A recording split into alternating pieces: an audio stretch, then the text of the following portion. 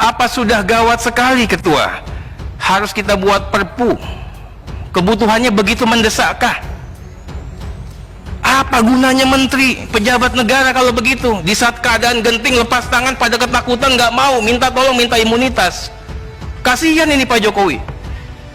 Nggak ada yang mau berani ngambil kebijakan, nggak ada yang mau pasang badan, tapi minta fasilitas. Bahkan sekarang mau kerja, minta imunitas. Jangan-jangan dengan perpu bisa jadi kekuasaan baru di atas kekuasaan presiden. Nggak usah pakai kampanye lagi nih, ada orang lain jadi jagoan Pak. Bisa jadi presiden 2024 dengan modal perpu. Pak Ketua, saya ingin katakan kita harus jaga Pak Jokowi jangan sampai beliau tersandra. Yang bawa mobil orang nanti dia yang tanggung jawab kalau nabrak. Bahasa sederhananya begitu. Kita bukannya nggak tahu ini mainan siapa, desain siapa, siapa yang diuntungkan Ketua. Beneficial owner dari semua ini kan kami juga tahu. Itu yang pertama Ketua. Saya udah katakan ini berkali-kali, mafia obat ini nggak hanya dari dulu sudah Pak. Harga obat Rp1 jadi 1.000 perak, alasan generik. Bisa juga 10.000. Nah kemudian juga mafia farmasinya dong Ketua. 90% saat ini obat berasal dari luar negeri bahan bakunya. Kok bodoh sekali kita Ketua. Ini desain besar perusahaan farmasi Pak. Ini yang harus diangkat. Bagaimana juga Alkes masih import sebagian besar, padahal kita bisa, Pindad juga bisa. KPK harus bisa mengingatkan negara dalam konteks pencegahan. Kita harus berdaulat. Berikut Ketua, ini hanya sebagai ria kecil. Penunjukan platform digital tanpa tender untuk proyek kartu prakerja senilai 5,6 triliun. Gagasan Pak Jokowi ini bagus. Omnibus Law, semuanya bagus. Tapi diimplementasikannya dipangkas sama orang-orang yang nggak benar. Implementasinya dipenggal. Bagaimana 8 vendor digital tanpa tender yang diberikan kuota raksasa Ketua, permen raksasa oleh pemerintah? Bagaimana bisa terjadi? Bagaimana strategi pengawasannya? Dan tidak cukup dengan mundur Pak, ini korupsi. Salah satu vendor ruang guru itu staf khusus presiden. Alamat pemilik sahamnya, beneficial ownernya ada di Singapura, ada di Amerika. Mau begini konyolnya kita. Siapa yang terlibat diusut. Berikutnya juga mengenai masalah praktek-praktek menghisap yang dilakukan oleh ring 1 istana ini dalam konteks staf khusus presiden. Saya kasih contoh, ada anak muda ngirim surat ke camat-camat atas nama COVID. Ya nggak, bubarin aja staf khusus. Anak muda, saya muda Pak, nggak pernah rampok uang rakyat. Ini anak baru umur 20-an tahun, ngerampok uang rakyat triliunan. Malu kita jadi anak muda. Kita minta tolong Ketua, mainkan ini. Kami ingin lebih detail soal kartu prakerja. Tadi kurang detail, ya. Sebenarnya ide Pak Jokowi sangat baik, dan saya tahu itu kalau dilaksanakan dengan baik akan sangat bagus. Tapi pelaksanaannya sangat mengkhawatirkan. Jangan sampai ini Pak Jokowi ditipu sama anak kecil. Ada 2 aspek yang harus Bapak awasi, ya, dalam konteks tipikor ini. Yang pertama, proses pengadaan jasa pelatihan. Saya orang Palembang Pak, saya bingung, ada pelatihan bikin pempek Pak, Rp600.000. Itu kan ada e-katalog. Kalau misalnya Bapak usut pengadaan traktor, Bapak bisa usut, ya kan, harga di toko A, toko B dengan spesifikasi yang sama. Pempek ya gitu-gitu aja Pak. Iya kan, kapal selam, lenjer, ya kan, 600.000. Belajar aja sama istri saya di rumah, gratis.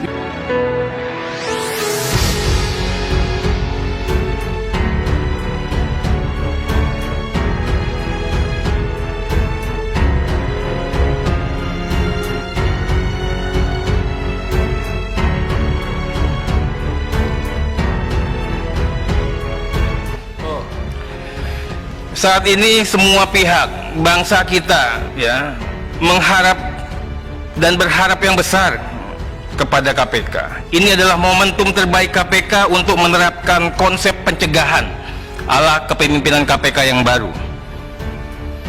Jadi jangan nanti KPK ribut setelah COVID, nangkep-nangkepin orang. Sekaranglah KPK ini bekerja. Tidak boleh ada korupsi di dalam upaya besar bangsa untuk menghadapi bencana yang luar biasa ini, pandemi COVID. Pasal 2 sudah mengingatkan hukum mati Ketua, hukum mati. Tapi saya ingin ini semua terukur, mulai dari perencanaan, pengadaan barang dan jasa, pengawasan dan sebagainya. harus ditindak tegas penggunaan donasi yang dikatakan tadi. Kemudian juga bagaimana juga dengan masalah pengambilan kebijakan. Nah, ini yang saya katakan pencegahannya di sini. KPK juga harus bisa mencermati aspek good governance.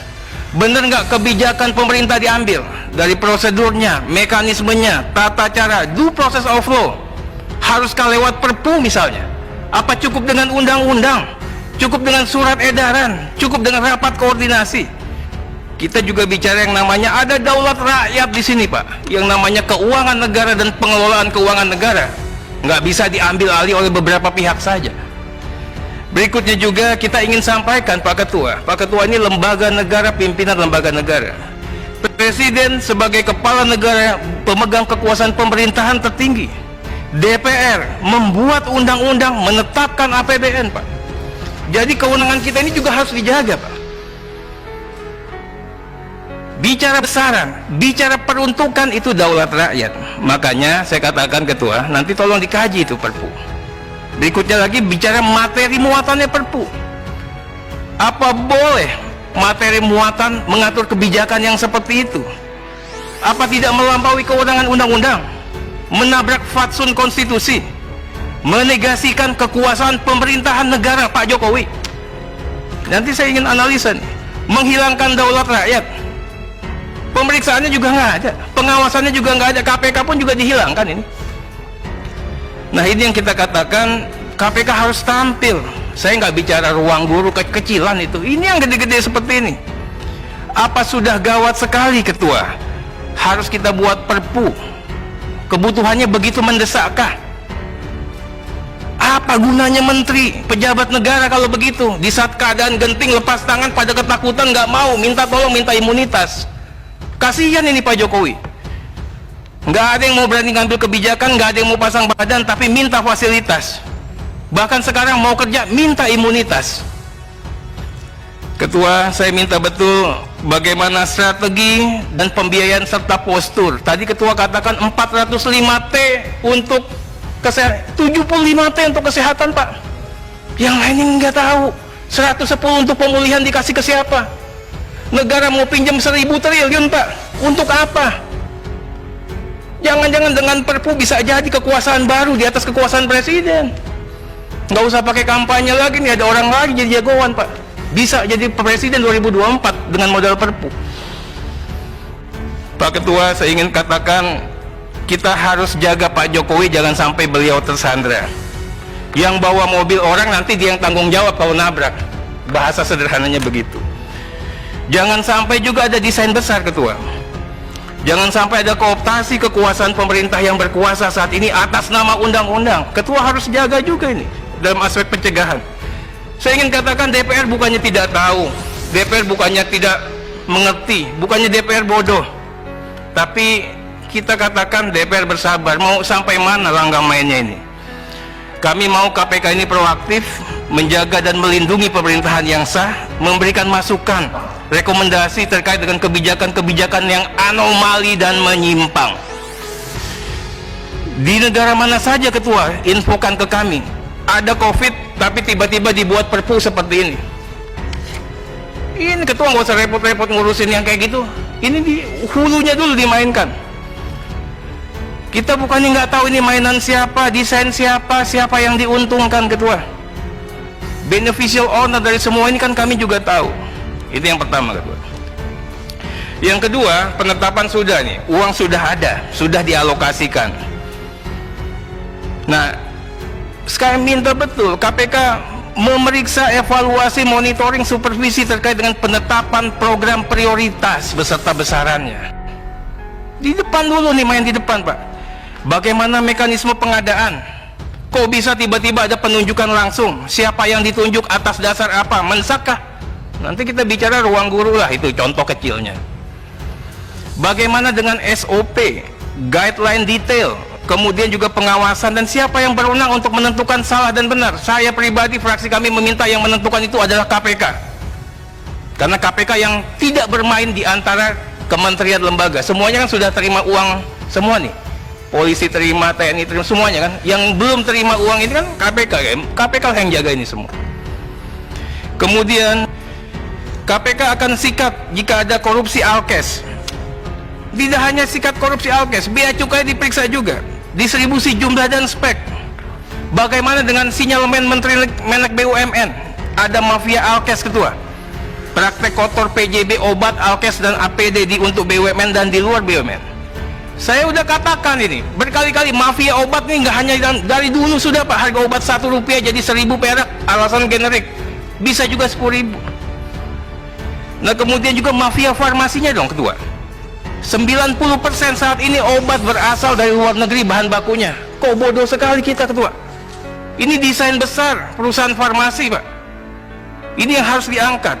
Bagaimana juga alkes masih import sebagian besar, padahal kita bisa, Pindad juga bisa. KPK harus bisa mengingatkan negara dalam konteks pencegahan. Kita harus berdaulat.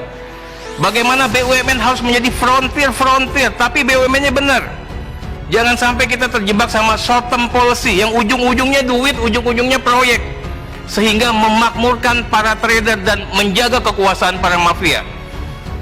Berikut ketua nih, saya pikir mewakili teman-teman ketua mengenai SE Bansos, SE 11 2020. Oke, apresiasi terkait dengan DTKS.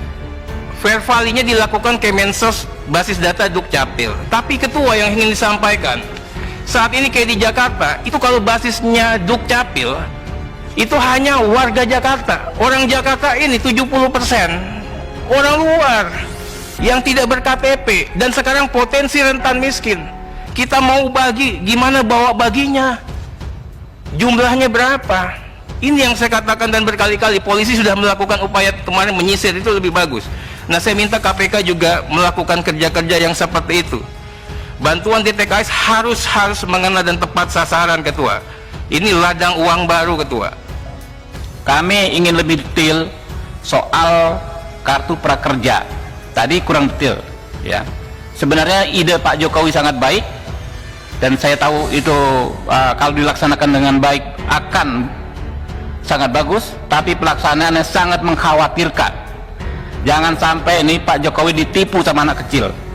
Ada dua aspek yang harus Bapak awasi ya dalam konteks tipikor ini. Yang pertama, proses pengadaan jasa pelatihan. Saya orang Palembang Pak, saya bingung, ada pelatihan bikin pempek Pak, Rp600.000. Itu kan ada e-katalog. Kalau misalnya Bapak usut pengadaan traktor, Bapak bisa usut ya kan harga di toko A, toko B dengan spesifikasi yang sama. Pempek ya gitu-gitu aja Pak. Iya kan? Kapal selam, lenjer, ya kan? 600.000, belajar aja sama istri saya di rumah, gratis gitu loh. Nah iya, di YouTube gratis gitu loh. Pak Firly juga bisa buat itu pempek itu kan. Jadi itu gimana menentukan harganya? Itu ada bikin kopi kalau nggak salah berapa pelatihan sekian ratus rupiah, itu dikejar Pak. Itu ini kita gregetan Pak. Kita pengen Pak Jokowi sukses, berhasil dengan program kartu prakerja. Jangan ada yang berani-berani mengambil kesempatan.